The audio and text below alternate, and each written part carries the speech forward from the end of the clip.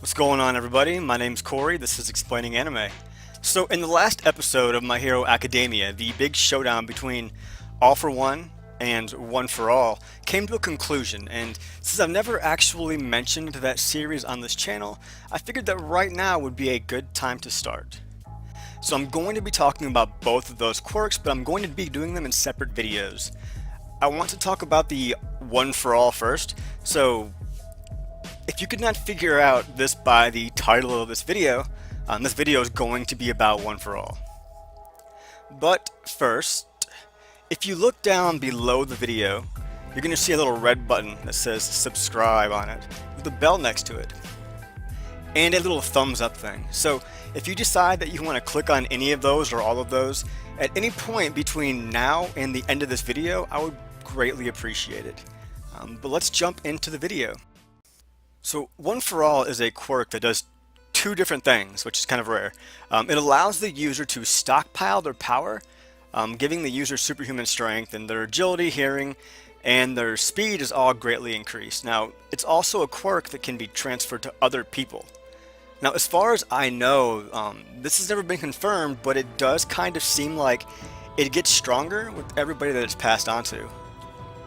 Now, its name comes from the fact that it can be inherited by other people, and in order for a person to inherit it, they have to consume the original or the previous user's DNA.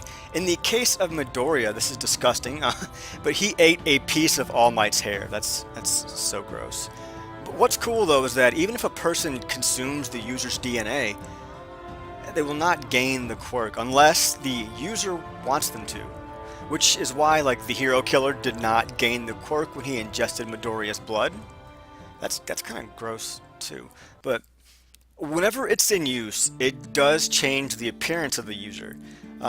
For All Might, like, his muscles bulge and his all-around body mass increases significantly, making him appear to almost be a different person.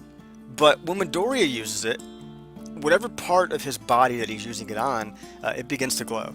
Now, it's possible that at some point when he masters it, he might gain a form similar to All Might's, but we don't know, since we don't know how all the previous users looked whenever they were using it. Now, when it's transferred, the original user, they can still use the quirk, since whatever energy that they had stockpiled within themselves, at the point that it was passed on, remains within them. They can access it, but when it runs out, it's gone. It's like the candle burnt out. Now, this is convenient because it gives them the chance to train whoever they're passing it on to.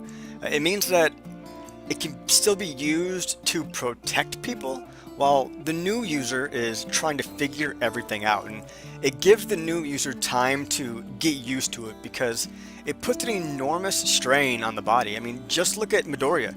Every time that he uses it, his bones just break or just destroyed. But some can learn it faster than others, and we know that All Might, when he got the quirk, was pretty much fine and almost went straight into combat training. So it's not going to affect everybody the same way. Now, there's one aspect of the quirk that I really don't understand, I guess.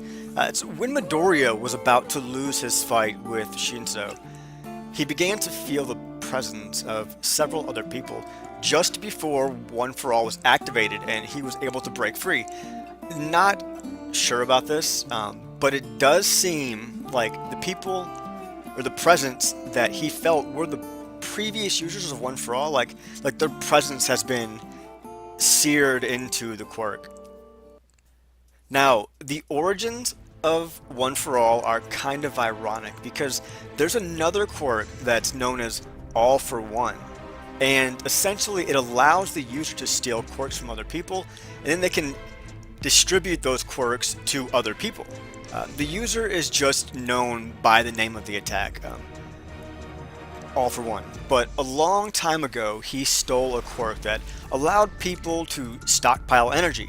And then he gave it to his little brother, and both of them were unaware at the time that he actually already had a quirk of his own, but it was kind of useless because all he could really do with it was pass it on to other people, which is pointless, really. It's a quirk that he could give to other people so they can give it to somebody else. It was completely useless. But once he received the quirk that allowed him to stockpile his energy, those two quirks fused and became One for All. It's ironic though, because All for One is All Might's arch nemesis, and All Might just defeated All for One in the last episode using One for All. So All for One was defeated by a quirk that he accidentally created, which is kind of bittersweet, right? Now, so far, there have been 9 users. The first of which is All Might's brother, and it's within his body that One for All was created. And after him, there were 5 users that we know absolutely nothing about. The 7th user is Nana Shimura, who passed it on to All Might, making All Might the 8th user. And then once he passed it on to Midoriya, Midoriya became the 9th user, and he is the current user. Now, there are a lot of different moves that All Might and Midoriya can do while using the quirk, but to be completely honest with you, there's not much of a difference between them. In my opinion, there are 2 separate types. Now, some of the attacks involve shockwaves and air pressure, which are created by the speed and the power of the punches. The other attacks are pretty much just powerful punches or things like that. And they're all named after states in the USA, which is kind of odd because it's a Japanese anime. But at least they didn't name it Pearl Harbor. That's a good thing. Now, there's something though that is unique to Midoriya, but it does seem like this is really only the result of his inability to fully control the quirk, and it's called Full Cowl. Now, normally whenever Midoriya uses the quirk, he focuses all of his energy into a certain part of his body, like his leg or his arm or his finger, but he normally only uses one of them at a time. But with Full Cowl, he's able to actually activate the One for All, or at least 5% to 8% of One for All throughout his entire body. And when he's doing this, his other attacks and moves do become significantly more powerful. And I guess that's just about all I've got for you guys in this video.